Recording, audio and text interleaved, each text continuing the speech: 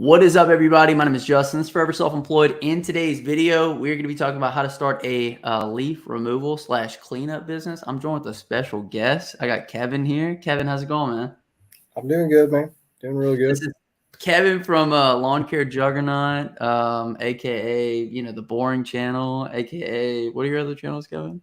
Well, there's several that'll be in development soon, but just Lawn Care Juggernaut on the Boring Channel right now.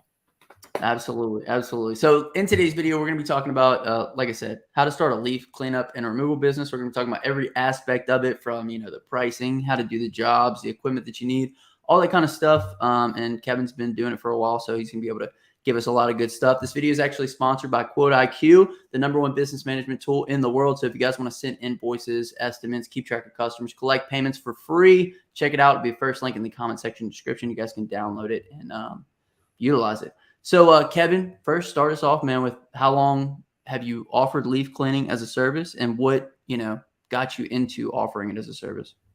Yeah, we started our business in 2013. We started in the fall. So, we got lucky, and I mean, it was unlucky for the homeowners, but we got lucky by, having an ice storm. So we started our business with ice storm cleanup. And then from there, it's like, once that died off, hey, what do we do to stay busy? And so the natural progression was cleaning up leaves and then into lawn care from there. So we were kind of born into the fire with leaf cleanups. My first one was horrible. And then, from there I started learning really quick from making a lot of mistakes. And after a few years, I had it down pretty well where we were making good money with leaf cleanups. The first time that I ever heard about this service, I actually had passed out flyers in a neighborhood for pressure washing, and one of the guys called me off of them, and he goes, "Hey, can you come give me a quote on leaf cleanup?" And I was like, "Leaf cleanup? What does that even mean?" I didn't even know that was a service that people offer, or that they wanted to have done. So I didn't even know where to begin with regards to how to quote it. I was just like, I guess I can quote it based off of time. I didn't even end up quoting it. I'm like, what do I want to do? Get out here with a rake? And so hopefully you can give us some insights in this video on how people can kind of make it a little bit easier for themselves. So I guess let's start at what equipment do you need to get in order to get started. And if you can start us at like super basic, you can do it with a rake and kind of go to, what your setup looks like now. All right. So super basic, your first cleanups will be using whatever tools you have. Because more than likely, if you're starting a business, you don't have a lot of money. So you're going to have, let's just say, a mower, a basic push mower. If you have a bag on the back of it, that's great. If you don't, it is what it is. You're going to have to do a little more work. From there, you got some rakes. So you might want a wide one and then a thin one. I just like using the cheap rakes from Home Depot, Walmart, whatever. You buy them. They break nonstop. It is what it is. But that's what I've come to use. But I've used the more expensive ones. It tends to be a waste of money sometimes. And then in the beginning, you're probably going to use a little crappy handheld blower. If you can shell out for a backpack blower, that's great. It's going to be beneficial for you. The bigger the backpack blower, the easier your life's going to be. Now, having said that, if you're cleaning up leaves and you blow all the leaves out of the flower beds, the one thing about leaves that you don't think about, especially when you go to bid them, is that when you're looking at them right away, it doesn't look like much. But when you blow them out of the flower beds, they poof up. It's like a cotton ball or something, whatever. So they poof up, and then you have to deal with them at a higher level. So sometimes it's easier to clean them up with the mower on the lawn, and then, take those clippings and put them in a trash can or a trash bag and put them out on the curb so that they can be hauled away, because you might not have the equipment to haul them away in the beginning. Later, you're going to get a trailer. You'll get a debris loader, stuff like that. Maybe move into a dump trailer, and that stuff's going to make your life easier. A natural progression over several years. Ideally, for me, I like using Echo 9010 backpack blowers. They're great. We pair those up either with a parking lot blower or a stand-on mower or a 60-inch sit-down. And I'll use that, and I use the mowers wide open. So some people like to put a chute blocker on and mulch the leaves on the lawn. I use the mower with the chute wide open, and I use the mower like a big rake. So my goal with leaf cleanup is to push all the leaves towards the street by the curb line where my truck's at, because I'm going to use a big leaf loader to suck them up. It pulls it up like a vacuum, shreds it up in the process, throws it in the back of my truck. When it shreds it up, it condenses the leaves a lot, so I'm able to haul a lot more leaves away. The downside is they're very heavy in the back of the truck, so you do got to pay attention to that. And then unloading them can be a nightmare if you don't have a truck with a dump trailer on there. Now, the other thing you'll want, it's really, really cheap, and you'll find it useful from the very beginning, even later on when you're more developed in your business, is tarps. So what you're going to do with the tarps is you just, if you got leaves in the backyard, you need to get them up front, whether you're bagging them up, putting them at the curb, or you're moving them to your truck to suck up and remove that way. You're going to put the leaves onto the tarp, whether you blow them on with your backpack blower or you use a rake to get them on there. It doesn't really matter. You fold them up, you tie the ends, and then you either drag them out with muscle or you drag them out and you use your blower underneath. It lifts it up like a hovercraft, or you hook it with a rope to the back of a mower and use the mower to do the work. I like to do the third route, but it's really all up to you. I try to look for the best ways to do something that are going to benefit my body long term, because the reality is in the lawn care business, it's going to destroy your body. So, those are things you're going to want to look at to just make your life easier. Better equipment, and then utilizing it the best way you can. Like a mower, some people wouldn't do what I do with a mower, but you can replace a mower. You can't replace your back. So use that mower to pull a tarp that's a couple 100 pounds. It's whatever. The other thing you're going to want to think about is once you have the leaves in a location, you're going to have to think about how you're going to get them off the property. So that's whether you're bagging them up and, just putting them in bags and putting them out by the curb. Or if I know there's some municipalities that you can just blow them out to the curb and the city will pick them up. There's some areas of the country where they just want them piled up or moved to wooded areas or whatever it might be. If you're in business, don't ever burn leaves for your clients. You'll have some people that request that. I would just say don't take the liability. It's not worth it. And then for us, we actually take our leaves to a local green dump facility, and then they process it and turn it into compost and then sell it back off somewhere on the market to somebody else.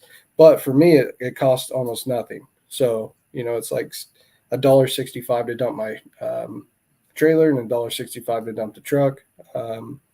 So it just breaks down to such a cost-effective method to use.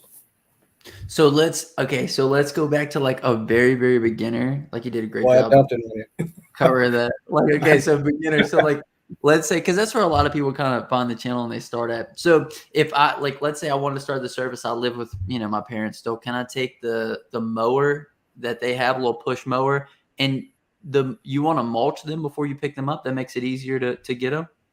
Yeah. So I actually just bought some equipment because I want to make videos like when I first started for people that are interested in that. So I'll have some videos coming out on my channel on that soon. But here's the key pieces of equipment I bought. I'm going to go out with just my truck. I'm going to go with a push mower with a bag on it.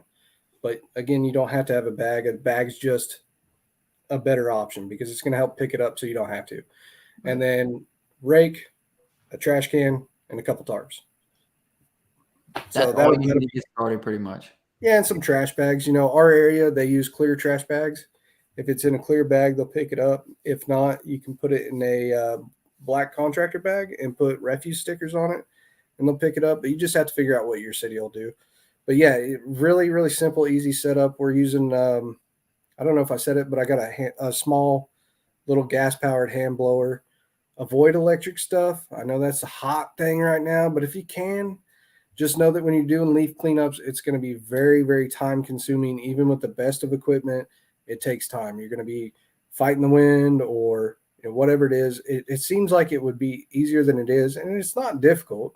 It's a pretty straightforward thing to do, but it is time consuming. Man, that sounds pretty crazy. Okay, sweet. So basic equipment. It sounds like with a hand blower though, Kevin, that's gonna be terrible. Like it's gonna be just like shaking your arm the whole time, and you know how your hand gets numb. Well, yeah, it'll be terrible for me going back from using like the best equipment that I could have, right, to going back to using what I would have had my first year, which is cool. I mean, here's the thing is that, a luxury once tasted, becomes a necessity. So like Right. if you haven't experienced it, you don't know it's better. So just enjoy your first couple of years. Know Right. that better things are coming, but you haven't really tried it yet. But the thing is, once you use like one of the big bad boy blowers that are just massive, that's what you want to use. I mean, that's the thing to use. You know, we've got a large parking lot blower too. It's a stand-on blower unit. So it's a 18 horsepower blower unit, blows multiple ways. I think it's the Ferris Kind of like a snow whatever blower. 1000. It's like a stand-on mower, but it's got Okay. a big housing on it instead of a mower deck, Right. and it just blows air one way or the other. And we can move a ton of leaves with that. But you know, if you're doing residential properties, it makes no sense. If it's bigger properties, it works great. Um, but yeah, just you know, if you're doing 8,000 square foot properties, 10,000 square foot properties, you know, one or two trees, you can go out and make, you know, several $100s cleaning up a property and make some good money in a day, you know, push mowing it up. You might be able to knock out in the beginning when you're doing them, they take longer, right? Because Right. you don't have the right equipment. So you might only be able to knock out one or two leak cleanups in a day. So maybe you make $200 or $400 a day. But then, you know, the next year you're able to do three or four because you learn the techniques a little better and you get a little better equipment, maybe a better blower, a better mower. Down the road, you know, we kind of did, it was about 5 to 8, and a lot of our cleanups were pretty big, extensive cleanups. So, Right. you know, 5 to 8 a day. yeah, yeah. And Dude, so, that's you know, and that's sun up to sundown kind of thing. But in the fall, that's not that long. You're going out, you're leaving, you know, 6 in the morning, you're coming back about, you know, I don't know, 6 at night. It's getting dark. We're going to right. the dump. We're going to dump everything out probably in the dark, or we're going to do it in the morning. Then we're going to do it the next day, and the next day, and the next day. And you really, really want to take advantage of being able to go out there and cleaning up properties the week before holidays, because that's when it's going to be really busy, and it slows down the week after, right? Right. That week before the holidays is always nice. And if you have a walk-up client, charge 20-30% more, you Right. know, because I mean you're going to be busy, and there's times that you know. Um, well, we'll get into bidding. I'm sure you'll ask that stuff. And That was actually my next question. And so the power washing chick asked it, how do you price leaf cleanup jobs? And my other question was, what is the standard, you know, for a house or residential property? And you said it was anywhere from probably about $200, right? well, it really depends on the property. Don't walk up to Right. something and say $200. It might be $1,000 Yeah. cleanup, Right. but it might be 150. You know, it really all depends. Some people have minimums, and you'll find that because lawn care, power washing, window cleaning, whatever, it's low barrier entry type work. So you'll have people that come in, and you're always going to have people that do it cheaper than you, but there's always going to be people that do it more expensive than you. And you Right. just have to find what your break even point is, figure out your profit margin, what you want to put on top of that. And then there are two major methods for bidding leaves that people go off of. One is bidding it by the job, which I found is like playing Russian roulette. And I don't enjoy doing it because people say, oh, I never fail. I never bid it wrong. Here's the thing with leaves is that when you're blowing them out, and how I said they fluff up, well, sometimes they've been sitting there for 2 months and it's rained and they're matted down Right. and it looks like it's nothing, right? It's just barely anything there. Well, then you get to blowing on it with your blower, and all of a sudden you got 6 foot high piles in the middle of the yard, and you're going, "Oh man, this This is one's way going to more be than a I thought. massive job right here." Is there Um, any way to prevent that from happening then? Like, do you go out beforehand and maybe measure how deep the leaves go or no, leaves are very deceiving. I mean, you can eyeball the property, go there and stuff, but here's what I found is best for me. So there's that method, and here's one more thing about the two methods.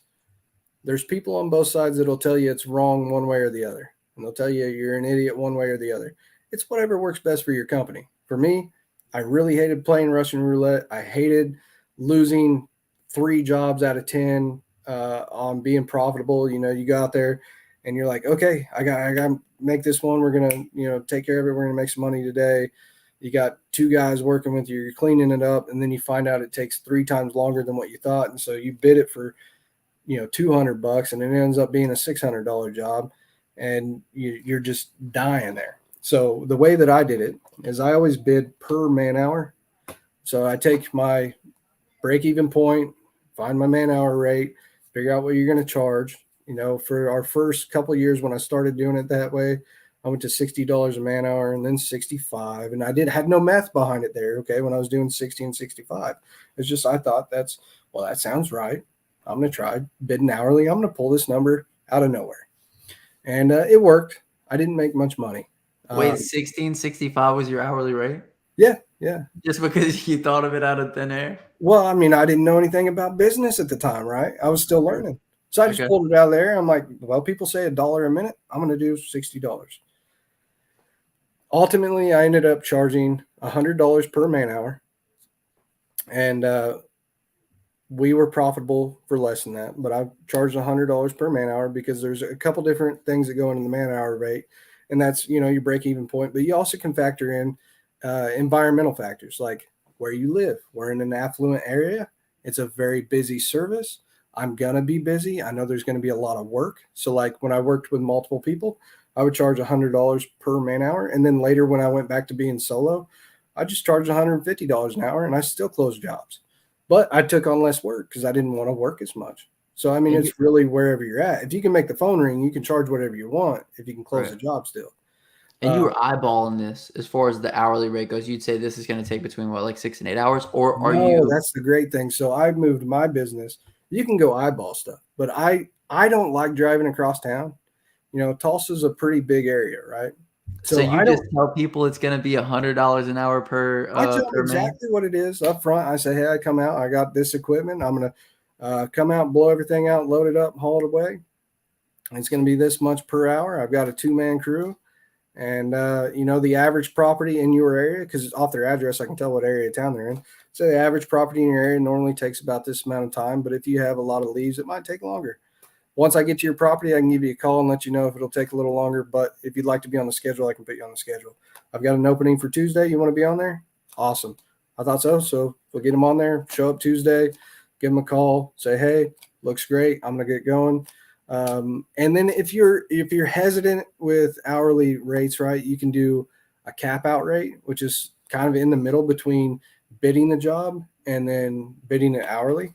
But still, it's like playing Russian roulette. But once you get used to it and you go, okay, I've done 20 jobs that are the same size property, I think I can figure it out. But there's a lot of factors. So, okay, well, the cap out rate is basically you think it's going to it's a $200 job, but you're going to bid hourly. So you bid an extra $100 on there. You say, okay, I'm going to put a cap out rate of $300 on this job for you. If it takes less time, I'm going to charge you less. If it goes over than that, guess what? You're not going to have to pay any extra. I'll cap it out at $300. And that gives them a sense of security. You get to go by hourly. Maybe it's $250. Maybe you make $180 off of this, whatever. We had a $100 minimum on our job. So if we came and cleaned up a front yard, we would do $100 minimum. So it's a 1 man hour minimum. So if it took us 30 minutes with 2 guys, it's $100. But yeah, we knocked out a bunch of jobs doing it that way. Okay, so you didn't tell them. So you would just say, hey, it's $100 a man hour. We got 2 guys, Yeah, so I'd tell them our man hour rate, and I tell them we have a 1 hour minimum. So if we come out there, yeah, if you want to bid by the phone and you want to close it, the key is to say it with confidence, like you've done it 1,000 times, and eventually you've done it 1,000 times. You say it like you say it every day. And then you're very, very transparent and clear with them. And after a while, you'll figure out what the hangups are. And for me, it was, okay, we got these guys coming out. I don't know how much it's going to be, how long they're going to be here. They said they charge by the hour. Just let them know, hey, in this area, this is about how long properties take. So, maybe bidding by the job in the beginning is a good thing. I don't know, because we transitioned. But, I was able to tell how long things take. But still, like I said, sometimes you don't know. And here's where you get the wild card factors. With leaves, they're very deceiving. So you got moisture to contend with. You got frost in the morning. You got wind that can go in one direction. Maybe it goes in multiple directions. Maybe it, shifts throughout the day. But there's a lot of factors like that come into play. How long they've had them on the property. How many obstacles are they? Do they got a lot of trees going around the edge of the property that are ornamental? Do they got a lot of bushes, landscaping? Do they got rock beds? There's so many factors that go into play when you're bidding a job that if it has a 3-inch layer of leaves on it and you can't see really what's under it and what kind of mulch bed is there? Is it going to be easy to blow over? Is it lava rock under there and it's going to be a nightmare? I might have to pick a bunch of lava rock afterwards. I don't want to do any of that. Like I take out all the guessing game and I just say, it's this hourly rate. You want to go for it? Let's go. Okay. As far as the cap out rate though, did you give a cap out rate or you didn't have to? The only time I did a cap out rate is if it was, I never did a cap out rate on the phone. You don't do a cap out rate when it's blind. If you go to the property, say you have somebody that walks up and they want to do the job and you tell them an hourly rate and for some reason they might have a hesitation. You tell them, okay, well, you can fit it in that day and it's going to be an extra $200 or something. And you don't have anything scheduled for the rest of the day. Or, if you drive 5 miles down the road and you start this next job, you don't know what you're getting into. And it might be one that you have to come back. So you kind of got to balance out when you're doing leaf cleanups. Okay, we've got this on the schedule, but we've also got this one we can fit in right here. We're right there. Let's fit it in now. Extra 200 in revenue. But you look at it and you say, okay, well, $300 cap out rate, but I think we'll finish it sooner. You know what I mean? Just from the customer's perspective, that's the only thing. Like if I was to get someone to come, get the leaves out of my yard, I would be like, okay, y'all charge $100 an hour. It's 2 of y'all per man hour, right? So it's $200 an hour. What if it takes 5 hours? You know what I mean? That's like $1,000. Exactly. Yeah, and they'll have that, and that's where the cap out rate gives them some comfort. Right. Okay, great. We won't go over 300. Yeah, and then typically,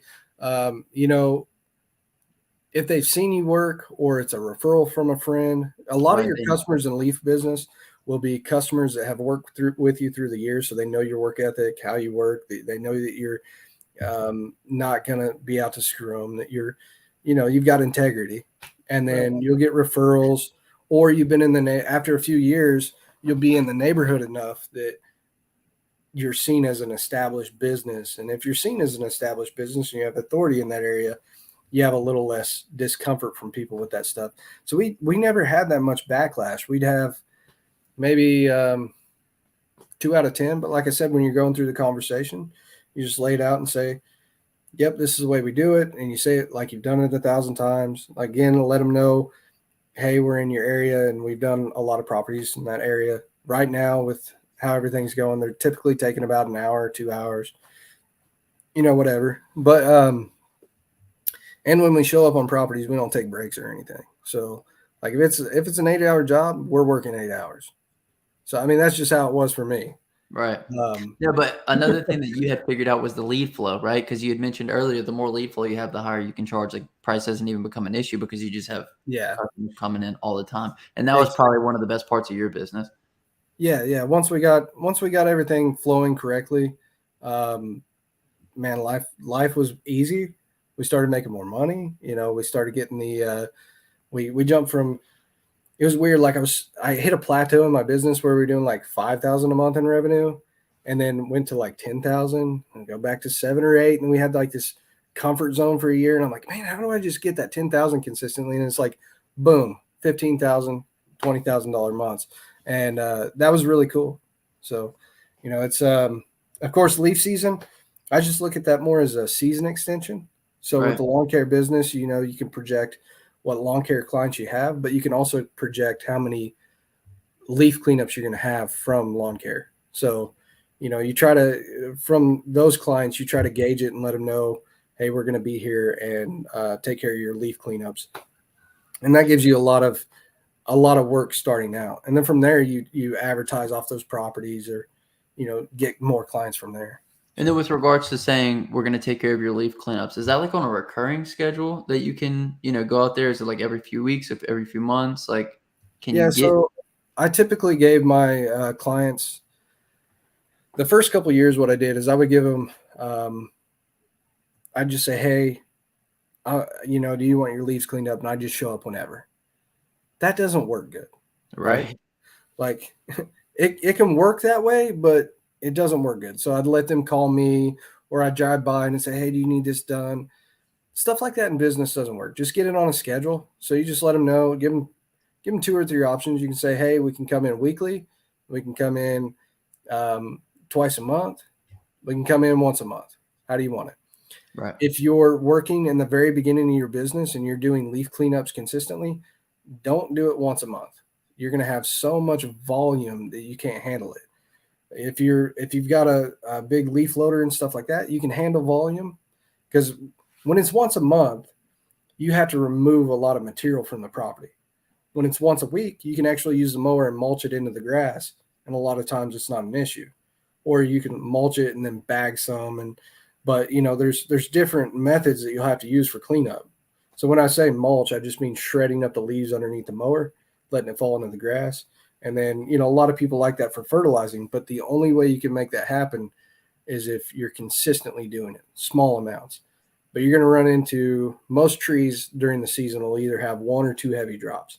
So our first big heavy drop is going to be maples, softwood, stuff like that, birch. And they're going to drop first thing in the fall. So about this time of year, early November to mid-November. And then you're going to get your oak trees that are going to drop real heavy, and everything else is going to drop around that same time. But the oak trees are where we get all our money around here. So the maple trees, they're really easy to clean up unless they leave them all year, and then they get down in the grass, and then they're a nightmare. That's the other thing, is leaves clean up different throughout the season. So you're going to find that your people that are really, really cheap waited all year long, and they want to clean up once, and they want it super cheap in January or right before Christmas. And it's going to be the worst cleanup that you've ever done. But cleaning them up once a week. The oak trees, we'd have the big heavy drop from oak trees. We get a big drop in the middle of November, where it's heavy 1 week, and then it's a slow drop till probably January 1st.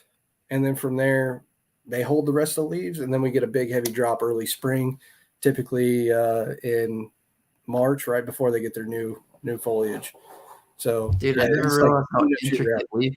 never realized how intricate leaf cleanup was. Oh yeah, there's like a whole strategy to it.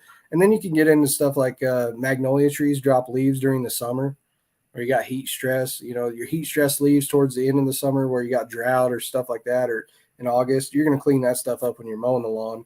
You're typically going to mulch that stuff. But that's your indicator. You want to start thinking about leaf season back in August. You want to make sure you have all the equipment ready. You want to make sure you have your advertising ready ahead of time. And that way, you're ready to go. When the leaf season comes, you can start putting out yard signs on the properties when you clean them up. That's something that we did a lot. You can do door hangers, Facebook targeted ads, referrals from your clients. It's just whatever way you want to do it. You just want to pick 3 or 4 different types of advertising and just hammer down on them until you're getting a ton of leads. So that was one of the questions I was going to ask, was how long does the season last? So you said August should be when you're ramping up and getting ready for it. And then what does it roll into? Well, so August is when you're thinking about it. You're making sure you're prepared. You always want to be prepared for something ahead of time. And that way you're ready to go. Have all the equipment ready, even if you're not using it. Have the advertise. The biggest thing is the advertising. You don't want to order advertising once the season started, because you're too late. By the time you get the advertising, get it out, you're too late. You missed the heavy wave, So the season here is typically November, December. So we'll start doing leaf cleanups basically November 1st to 15th, somewhere in that range, depending on temperature and how much moisture we had that year. The week before Thanksgiving is insane. It's going to be nuts. It's going to be busy. It's going to be a big money-making week. So you're going to work all the way until Thanksgiving. You got family life going on, just it's not happening. You're working to the holiday. So after that, you get a little rest after Thanksgiving. Take a few days off, enjoy yourself. But you're getting right back to work after that. You're going to work all the way to Christmas. The week before Christmas is going to be nuts. It's going to die off after that. And then January, you got, the New Year's, you'll get a few people that want to clean up before New Year's. But that's it. Leaf season's 2 months here.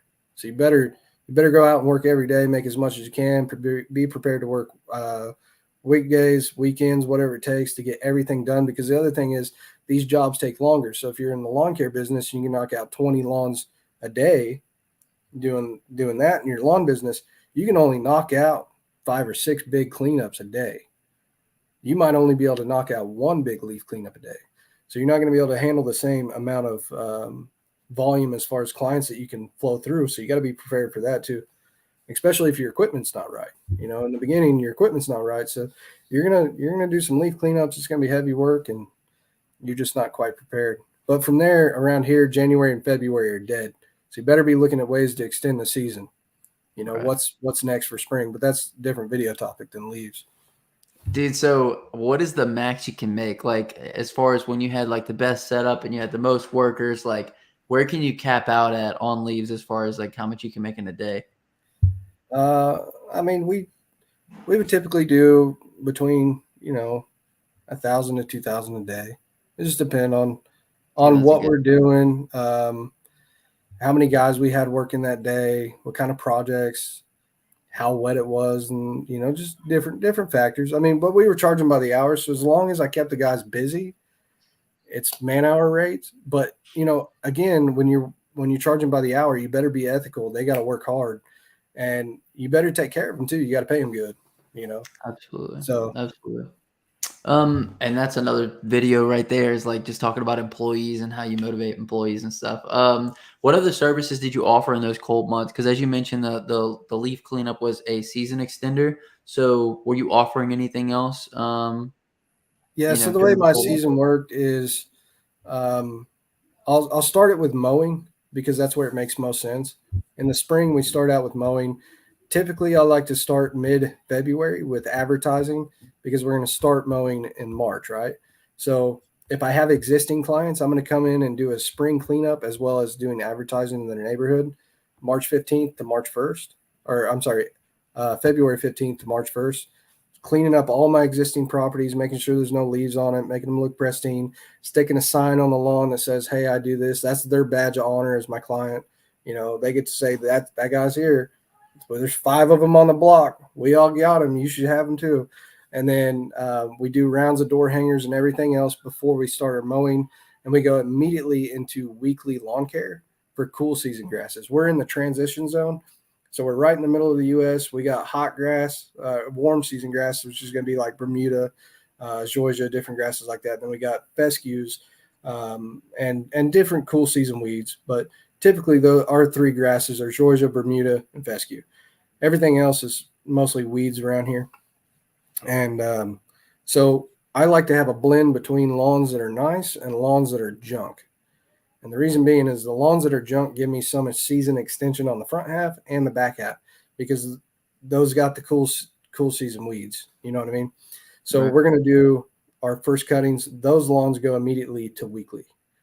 So we're going to be there every week. Our Bermuda, we're not going to start messing with that until about April 15th. And some lawns, they might have a mix. So maybe we're doing them every other week until we get to April 1st and we're actually ramping up and we have warming up temperatures. From there, we're getting into the mowing season. We're going to be busy with that. When you're not busy mowing, you're going to be trimming bushes and stuff like that because it's kind of standard. If you're going to mow lawns, you better take care of the landscaping as well as far as trimming bushes in our area. Some areas, they have landscapers that come in and just do the maintenance. Here, that's kind of expected. From there, we stay pretty busy until later in the year where the temperatures start getting real hot. So when we get into August, you're going to have a lot of heat. So you'll start getting some drought. The last 2 years in Oklahoma, drought was real bad. A lot of guys suffered. But if it's a good year, you'll go all the way until at the end of October. By then, your Bermuda's dying off, your fescue's dying off. You're getting into leaf cleanup. Your fescue's not dying off. It's doing good. It's just slowed down on growth. You're getting into leaf cleanup at that point. But in between there, in October, so I wouldn't have slowdown in my time period there, we just do power washing for our existing clients. So we'd look for ways that we can optimize services that we can give to our existing clients. We don't want to offer a bunch of services all year long because then you got a bunch of, you want to look for something that you can add in to fill in the gaps. Right. We don't want to add in our service all year long to everybody for this and that and everything else, because then you got a bunch of equipment that you're not using to its fullest potential. Pick like one service and hammer that home, and that's where you're going to make the money. But fill in the gaps as it slows down. And lawn care, because it's seasonal and you're dealing with, you know, the way plants grow, you got to fill in some gaps. So October we would do power washing. We get into leaf season. That's going to go until basically January 1st. Then your January, February are completely dead. So for me, what I would do is I would take about 2 weeks off, and then about January 15th, I would come in and I would start doing mulch installation for any of my clients that didn't need flowers in the spring. So if they just want mulch done on their beds, we do the mulch for our existing clientele. The only thing that sucked about doing it that way is I would have to source material in the winter when it's cold, and you know, a lot of suppliers aren't really bringing in stuff like that, so it makes it a little bit more difficult and time consuming sourcing materials. But it also frees me up for the spring, so that that same time that I'm using mulching that property, I can use for advertising in a different method. You know, whether it's taking the phone calls from new clients coming in or running door hangers or whatever it might be, I'm spending that as a more beneficial for my business. Um, so we would do probably 2 or 3 weeks. We're running through all of that, and we've got all the mulch done. The other thing I would do is, if we pick up new clients, every year you pick up new clients, and you're going to find things on the property that is just unruly, kind of hairy, wild, you know, maybe an overgrown fence line that needs cleaned up. Look at those kind of things and take notes throughout the year. Talk to your client. Maybe they don't know they want that done. Maybe they do want it done and they don't know you do it. But you're going to sell cleanups like that, just cleaning up an overgrown fence line, getting it back to where it's back to having their yard again. That's the type of stuff I would position in February, which is, it's miserable working in the winter when it's really cold. So it's up to you if you want to take that time out. But for me, if you can keep your income from dipping too low in the winter, that's more money that you have to ramp off in the spring and actually get things going. So you're doing all that, your service, that's your service calendar. You pick out what services you're going to do, and then you pick out your advertising to go with that. And you want to advertise about 6 weeks ahead of time of whatever service you're doing. So if you're going to do cleanups in February, that's the only thing I wouldn't schedule 6 weeks ahead. I would say, hey, it's spring. They bring up that fence line in spring, and they're like, hey, we'd really love to have this cleaned up. And you just say, hey, I would love to clean it up. That is something that we offer. And if you'd like to have it done, if you want to wait until February, that's when we typically do that kind of crazy wild cleanup. And we're going to give you a little bit of seasonal discount if you want to. If you want, we can book you up for February 15th there. We got an opening. We can be here 2 or 3 days. We'll have that knocked out for you. Right. Typically, they'll go for that versus having somebody else. Or if they want it done sooner, that's fine. Use your time to advertise and do whatever you got to do to make more money for spring doing what is beneficial. But you can only do that type of stuff once you're several years into your business and your schedule's starting to get full. Because in the beginning, you're taking on anything that you can, anything that comes your way. You're doing it when you have to, and so it's a little wild in the beginning. But once you figure out the flow of the season, because wherever the viewer is based at, their season is going to be just a little bit different. Or maybe they don't want to do power washing, or maybe they don't like doing cleanups in the winter because they don't like working in the winter, you know, that kind of thing. So Okay, my bad, Kevin. I lost you right at the end. you're good, bro. Maybe they don't want to do cleanups in the winter. It Yeah, just maybe they depends. just don't want to work in the cold or something. So they position some service different. But definitely during the winter, take 2 weeks off. Use that as your time to look at your business. What went good? What went bad? How can you optimize it? What are the 2 or 3 small changes that you can make to really make your business flow better for the year? Because that's the time to do it. Figure it out then and commit to making a change. If you're going to price something by the hour, price something by the hour, commit to the change. So you're going to do it this way. If you're going to say up your prices for the season, you know, your clientele, you're maxed out on clientele for lawn service, and you want to make more money, but you know you can only handle so many yards. And you don't want to mow any more yards. You don't want to start another lawn care route because you don't want to buy another $20,000 truck and $10,000 mower, and you know you don't want to spend $30,000 on building that other truck and then another $10,000 in advertising or whatever you might want to do. If you're one truck and you want to keep it that way, winters might be your time. You figure out you want to up your price. You pick out what price you're going to do. You set your new minimums. You bring them in. You talk to your old clients, raise your prices up. Maybe you go from biweekly to weekly. I mean, there's all sorts of changes you can make. Maybe you need a CRM so your business flows better. Absolutely. But I love how you said, take that time to reflect on your business, because a lot of times I think we're always just focused on what's the next thing, what's the next thing, what's the next thing. And we don't take that time to kind of reflect, see what worked and what didn't. So completely agree on that. Completely agree on the CRM as well, because you need to have a place for all your customers. And that's why we made Quote IQ. So be sure to check that out if you guys haven't already. That'll be in the comment section and the description. Kevin, let's talk about as far as let's talk about the biggest job you ever did. Did y'all do like a super giant leaf cleanup? Like, You just want to know specifically biggest leaf cleanup? yeah, like was there anything crazy, like a huge Okay. commercial job or anything like that? So you can break that into the different setups I had. And so I don't know, biggest cleanup my first year with the crappiest setup I had, which was a pull-in handheld blower, a rake, and trash bags. That was it. That's all I had on the first one. I think I may have I had a push mower as well, but it didn't have a bag. It just had a side chute. So my first job was, I don't know, 15,000 square foot property, which doesn't sound like much, but I show up, I'm like, this isn't much, right? Because you just think the lawn, you're looking at the lawn. Right. Well, I'm looking at the lawn and I'm seeing a small area of the lawn that's actually turf. The rest is rock beds. It's got big rock ledges and retaining walls. And I don't think anything of that. I think of the lawn. I'm like, I'll just cut it for $50. I'm thinking I'll clean up the leaves for $50. So I told him $50 to clean up the leaves. I was there for 2 days and I made no money. And it was my first big Russian roulette lesson. Last year I did a leaf cleanup that took 2 days. We were finishing up in the rain. It was miserable. And I don't know, man. I've got a video of it where I'm doing the whole thing, and it's such a big job and so much content. We were running 2 cameras all day that I put it in my computer and it just crashes the computer. So I haven't even edited it yet. Right. But yeah, massive job. Okay. Was it a commercial facility or was it like No, it was a residential property. They had a bunch of oak trees and they left everything all year. Well, they got wet, and same thing. We bid it out by hourly rate and everything, but it was so big. This is saying a lot. So typically, most jobs I do, I can fit on the largest size leaf cleanup. I can fit all the leaves in my truck. Right. After the machine shredded down.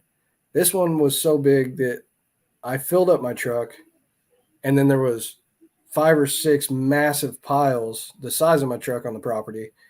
And I called my buddy up and I said, hey, man, what do you got going on tomorrow? And I got lucky because I know his guys don't work on the weekend. He's got crews that go out. And, he doesn't work in the field anymore. So every now and then I can get lucky, hey, you want to come out and help on this project? He's down for it. So he came out, he brought his massive dump trailer and his loader, which I've got an 18 horsepower leaf loader. He's got like a 36 horsepower leaf loader that makes mine look like a little baby, but he came out and he shred all those up, and in his setup, it was like 6 inches deep across his 18-foot trailer, just turned it into dust. But that one was massive. Dang, that was pretty incredible. And good thing you were charging by that hourly rate, because if not, you would have gotten into some trouble on that one too. But yeah. As far as marketing these jobs, you kind of mentioned yard signs was a good way, Facebook ads, and door hangers. Is there any other marketing strategies that worked really well with regards to leaf cleanup? Yeah. So being well ranked on Google helps. Having a Google Maps listing, sending your clients to get a review on Google Maps listing for you. Specifically listed for leaf cleanup? Did you have multiple for lawn care and leaf No, cleanup? you can just do it for your lawn care business or your leaf business, however you're doing it. But throughout the year while you're doing lawns, you want to send people over there. So if you do 50 clients a week, but you do another 50 clients that are one-off jobs throughout the year, your goal is to get 100 reviews from those people. You're going to do far more than that if you're in the lawn care business. But your goal is to get, if you service 200 clients, your goal is to get 200 reviews. That's where you want to be. That's not where we were at in our business, but that's what I figured out really, really quick, right? I paid a lot of money, went to a seminar, learned a bunch of lessons from guys that have multi-million-dollar businesses. And one of the easiest things for my business to implement was just getting reviews on Google. I started getting reviews, and then within like 2 weeks of our business, we started picking up multi-million-dollar mansions on like the really, really nice area of town, which was really cool. I was like, oh man, this is paying off. And so it gets you excited. But yeah, Google was one that I should have put energy into much sooner in my business. And then Facebook ads always worked pretty good. And then our biggest one for leaf cleanup though was the yard signs. So I don't have any around here, but they're like, yard signs that you got the metal stakes. There we go. You stick them in the yard, and you put them on all the lawns that you do for leaf cleanup. So every lawn's trashed out by leaves in that neighborhood, right? Well, there's one that just sticks out like a sore thumb because all the leaves are cleaned up off of it. You got your sign there. Every neighbor comes home after work that day. They see that yard. Their wife tells them we need to get our leaves cleaned up. They don't want to clean it up. I guess the best way to put this. So the wife tells him to clean it up. He doesn't clean it up. The wife gives you the call. It's always the woman that calls. If the man calls, the woman's made the decision though. Right. Okay, yeah. Beautiful. Okay, awesome. So Google reviews, door hangers, yard signs, Facebook ads. As far as selling the service, why is it that people are getting this done? And I only ask this because like here in Louisiana, we don't really have a fall. So there's not like a ton of leaves. So just kind of break that down for me a little bit too. Do people not like having leaves in their yard? No, it's a luxury service for one. So you can price higher because it is a luxury service. So if your schedule is full, price higher, again, because it's a luxury service, but you have that factor. So whenever you have something that's a luxury, whether it's a iPhone, Lexus cars, whatever, people want nice. Their neighbor had their yard clean. They want their yard clean, so you have that factor. But the other thing is you have people that want to take care of their lawn. And while mulching leaves into a lawn with a small amount of leaves is healthy for the lawn because it acts like a natural fertilizer, here we have such a large volume of oak leaves and different leaves that might have acidic properties to them that you want to remove a lot of that, especially the oak leaves, just because it's so much that if you shred it on the lawn, it's going to kill off your grass, your landscaping. And the same thing, if you just leave it sitting there, next year you're going to have massive dirt spots, and if something grows back at all, it's going to be weeds. Right. People don't want weeds in their lawn, especially if they're paying. Your clients aren't going to be the people that don't take care of their lawn. Your clientele is going to be the people that take care of their lawn all year. They have weed control done, or they got kids. Kids is a big one typically. Things like that. Maybe there's a hazard with it. You got oak trees have, the I can't even think. They drop nuts all over the place. You got gumball trees drop the gumballs all over the place. You know what I mean? Acorns. There we go. It's a luxury service, right? Yeah. So, I mean, there's some things that are annoying. Like if you got we have an oak tree, and the only reason I clean up the leaves on my property is because my wife complains about the little nuts everywhere, and then she's stepping on them, or they walk out to the car barefoot and it hurts and they throw a fit. And so I get out there and clean up my lawn last after everybody else. Nice, man. Okay, well, sweet. That's pretty much everything I had. As far as any other tips that you can give with regards to leaf removal or somebody looking to get started, what else would you say? Anything else, Kevin? No, I mean, I could probably ramble all day, but just get out there and hustle, and don't be scared to make a mistake. You're gonna mess up. You're gonna bid them wrong. You're gonna feel like you're not making money every now and then, but you're gonna make a lot of wins too. And if you don't make some mistakes, you won't make money anyways. Absolutely. Well said. Beautiful. Every guest that comes on the channel, I speak the word of the day. What would you like the word of the day to be?